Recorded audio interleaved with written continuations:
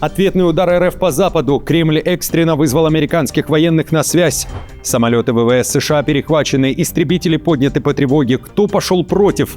Финал близок. Внезапный анонс завершения войны. Встреча с Путиным и кому достанется Донбасс. Новое заявление Вашингтона. Эзотерика на службе у власти. Внезапное появление гадалки в деле соратника Зеленского. Отправят ли Ермака за решетку? Заявление о капитуляции, диагноз для экс-пресс-секретаря Зеленского. Как Украина отменяет Мендель и сможет ли спасти ситуацию Меркель? Причем здесь она? Запуск ядерной ракеты РФ, экстренная эвакуация в Украине, анонс большой войны, мобилизация 400 тысяч человек, стрельба в прямом эфире и еще про соски и пуговицы. Скандал в армии, сотни тысяч долларов на перешив формы. Об этом и не только, досмотрите. Друзья, всем привет, это «Время Прядко». Коротко, четко и по делу о том, о чем говорят в мире. Спасибо вам за поддержку, и я начинаю. Кремль охвачен огнем, спецслужбы подняты по тревоге. Москва в центре внимания. Масштабный пожар в российской столице. 3000 квадратных метров территории в зоне ЧС. Десятки единиц техники, пожарный поезд, беспилотники для разведки с воздуха, а также 150 специалистов на месте события. ЧП на территории комплекса «Кремль» в Измайлово, на востоке столицы РФ. Была проведена эвакуация, спасены как минимум 5 людей. Российские СМИ сообщали, что вспыхнула квест-комната, с которой и начался пожар у Измайловского Кремля. Речь не идет об атаке, предварительная причина – короткое замыкание. СИЗО, домашний арест или залог? Внимание мировой прессы по-прежнему приковано к громкому коррупционному скандалу в Украине. Уже 13 мая суд должен решить, что делать с Ермаком, экс-главой офиса Зеленского. Отправлять за решетку или выбрать другую меру пресечения на время расследования.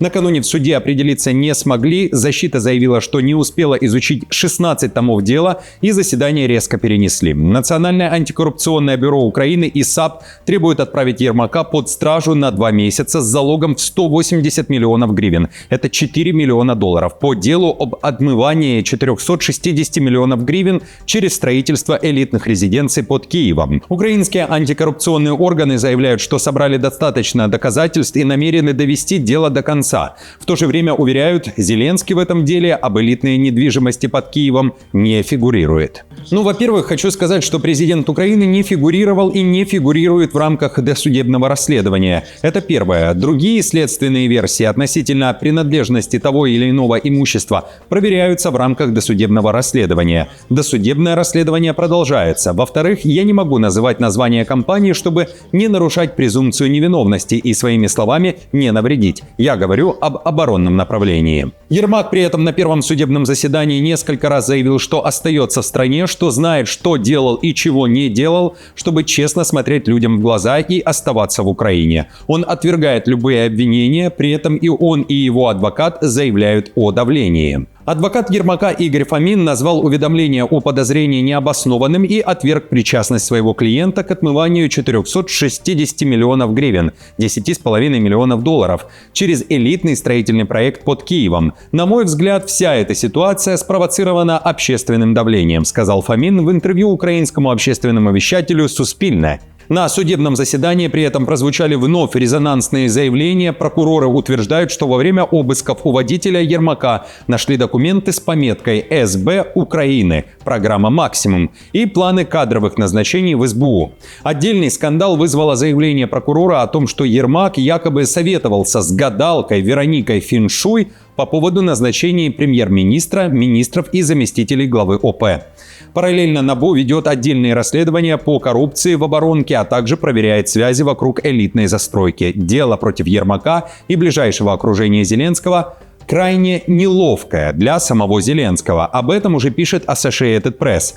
Авторы уточняют, что Зеленский продвигает вступление страны в ЕС, процесс, который займет годы. При этом системная коррупция является одним из главных препятствий на пути Украины в Европейский Союз.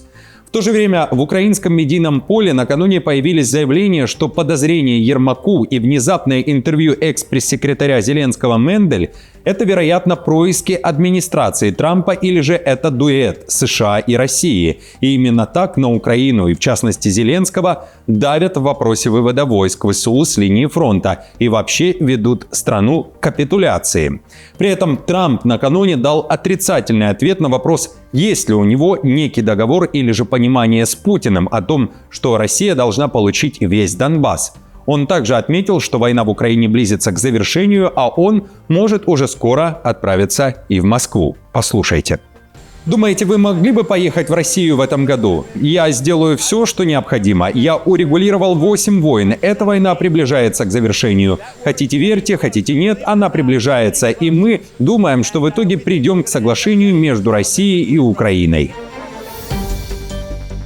Полная отмена Мендель, экс-пресс-секретаря Зеленского, которая накануне дала скандальное интервью Такеру Карлсону с критикой офиса президента и самого Зеленского, внесли в базу «Миротворца». Это украинский сайт, который позиционирует себя как центр исследования признаков преступлений против нацбезопасности Украины, мира, безопасности человечества и международного правопорядка. Авторы портала считают Мендель виновной в актах гуманитарной агрессии против Украины и распространении нарративов российской пропаганды, говорится на сайте. Цитирую. «Манипулирование общественно значимой информацией во время российско-белорусской войны в интересах российского агрессора, призывы к капитуляции Украины перед российско-фашистскими захватчиками, опосредованное участие в информационно-психологических спецоперациях России против Украины со стороны российского агрессора и пророссийского лобби в США». В украинском МИДе при этом заявление Мендель, которое намекало на наркозависимость Зеленского, его желание иметь 1000 голов для пропаганды Геббельса и сдачу Донбасса,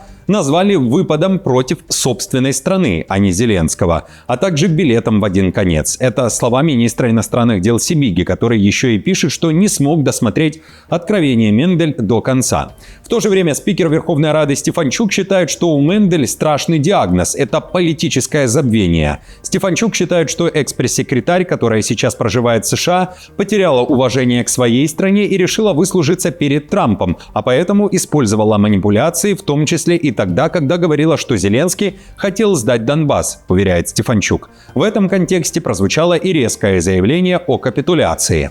Государство невозможно сохранить, отдавая его врагу по частям. Украину спасает не капитуляция под видом компромисса, а ежедневный подвиг сил обороны и неустанный труд каждого украинца и каждой украинки ради победы. Поэтому держим информационную гигиену, поддерживаем свою армию, сплачиваемся вокруг украинских государственных институтов. Срочное обращение Путина к США и Западу в целом. Москва выпустила заявление. Путин заявил об успешном испытании межконтинентальной ракеты «Сармат», одной из ключевых ядерных разработок России.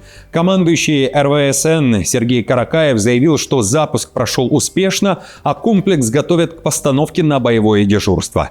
Путин же уверяет, «Сармат» — это тяжелая ракета нового поколения и в целом новое оружие, способное преодолевать любую ПРО и поражать цели на межконтинентальной дальности. Во-вторых, и это главное, ракета может двигаться не только по баллистической, но и по суборбитальной траектории. Что, в-третьих, позволяет обеспечить дальность применения свыше 35 тысяч километров с одновременно улучшенными в 2 раза характеристиками по точности. В заявлении Кремля отдельно подчеркнули, что Россия заранее выпустила срочное предупреждение США и другим странам о пуске, чтобы избежать эскалации. А и ранее Путин говорил, что «Сармат» создается в ответ на выход Америки из договора по ПРО и развертывание американской противоракетной обороны. Западные аналитики в области безопасности считают, что Путин преувеличивает возможности некоторых российских ядерных вооружений нового поколения, которые являются частью программы модернизации, впервые объявленные им в 2018 году. У «Сармата» ранее уже были неудачи. По словам западных экспертов, одно из испытаний в сентябре 2024 года оставило глубокий кратер в пусковой шахте.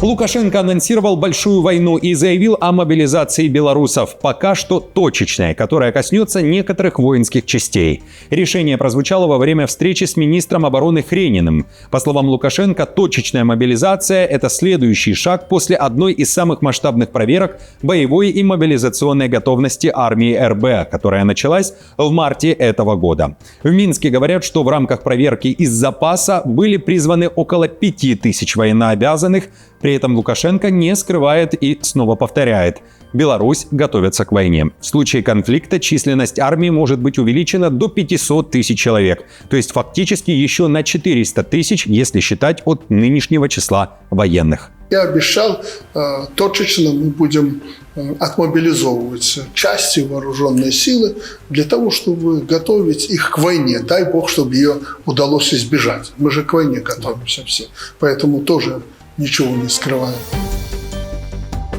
Военные самолеты США перехвачены. Напряжение в небе Австрии. Дважды за 2 дня нейтральная страна поднимала в воздух истребители Еврофайтер после несанкционированного входа американских бортов в свое воздушное пространство. Речь идет о 2 самолетах PS-12U-28A ВВС США, которые используются для разведки. Австрийские истребители вынудили американские самолеты развернуться и уйти обратно в Мюнхен после подтверждения отсутствия разрешения на пролет. Уже на следующий день ситуация повторилась, Еврофайтер снова поднимались на перехват американских военных бортов, уточняет представитель австрийской армии Михаэль Бауэр. Власти Австрии пока не раскрывают возможные последствия инцидента, заявляя, что вопрос будет решаться по дипломатическим каналам. Самолеты PS-12 используются в ВВС США в основном как разведывательные и наблюдательные платформы. Эти, произведенные швейцарской компанией Pilatus, машины также применяются командованием специальных операций военно-воздушных сил США. В редких случаях они используются как мобильные ретрансляторы, связи или транспортные самолеты. Миллиарды в топку войны. Пентагон раскрыл стоимость боевых действий против Ирана. Из американского бюджета потрачено 29 миллиардов долларов. Об этом на слушаниях в Конгрессе заявил финансовый директор Министерства войны Херц. Из них почти 24 миллиарда ушли на вооружение, ракеты, боеприпасы и прямое обеспечение боев. При этом в конце апреля Пентагон оценивал расходы на войну с Ираном в 25 миллиардов. То есть всего за 2 недели стоимость войны выросла сразу на 4 миллиарда долларов. Херст отметил, что цифры постоянно меняются, поскольку есть оперативные расходы, а также деньги идут на ремонт техники либо полноценную замену вооружения. На слушаниях присутствовал и министр войны Хексет. На уточняющие вопросы, куда все-таки уходят миллиарды долларов, глава Пентагона отвечал размыто, ссылаясь на секретность данных. При этом уверял, все расходы оправданы. Если посмотреть на операции, такие как эпическая ярость и абсолютная решимость против Мадуро, то многие из этих возможностей стали возможны благодаря уникальным киберспособностям, в которых мы должны сохранять лидерство. Понимая, что будущие противники могут обладать еще большими возможностями и большей изощренностью как в наступлении, так и в обороне, это финансирование позволяет должным образом все это обеспечить.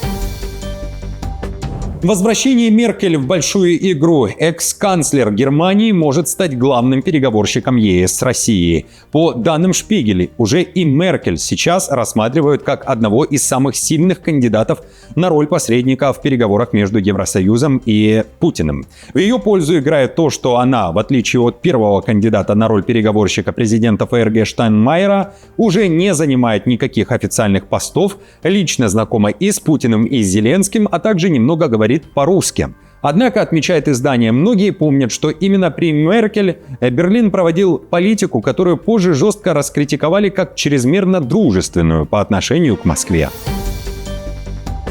Секретные биолаборатории Америки по всему миру, в том числе и в Украине. Национальная разведка США начала масштабную проверку более 120 биологических лабораторий, которые финансировались американскими налогоплательщиками. Об этом в интервью New York Post заявила директор нацразведки Тулси Габбард. Расследование ведется по указу Трампа и направлено на выявление опасных экспериментов, говорится в материале. Габбард обвинила предшественника Трампа, в частности Байдена, и бывшего главного инфекциониста США доктора Фаучи, в том, что они годами лгали американцам о существовании этих лабораторий и угрожали тем, кто пытался раскрыть правду. Разведка намерена установить точное местонахождение всех лабораторий, какие патогены там хранятся и какие именно исследования проводятся. Далее цитата. По словам представителей управления директора национальной разведки США, эти зарубежные лаборатории расположены более чем в 30 странах в рамках программы Министерства обороны, направленной на утилизацию оружия массового поражения после окончания Холодной войны. Более 40 лабораторий, находящихся под проверкой, расположены в Украине и могут находиться под угрозой компрометации из-за войны с Россией. Стрельба в здании администрации города. Заммэра открыл огонь. ЧП произошло накануне в украинском городе Светловодск Кировоградской области. По данным полиции, между работниками горсовета начался конфликт, после чего первый заместитель мэра Светловодска Сергей Савич взялся за свой травмат. При этом Савич вел прямой эфир в Фейсбуке и заявил, что его пытались уничтожить. В результате стрельбы один человек ранен, его госпитализировали. В мэрии рассказали, что перед атакой Савич весь день вел себя крайне агрессивно, в частности, угрожал секретарю горсовета и нецензурно оскорблял его. Полиция уже задержала вице-мэра, обстоятельства происшествия выясняются. Экстренная эвакуация объявлена в Украине. Граждане должны покинуть свои дома в течение месяца. Эвакуацию снова объявили, в частности, в Днепропетровской области, которая соприкасается с фронтом. Из-за постоянной угрозы обстрела власти срочно вывозят семьи с детьми из некоторых сел Никопольского района. Также местные власти заявили, что все жители должны выехать с одной из улиц города Марганца. Проходит эвакуация и в самом Никополе. Вынужденное переселение коснется почти 100 городских улиц. Организацию эвакуации и сопровождения полностью берут на себя местные власти.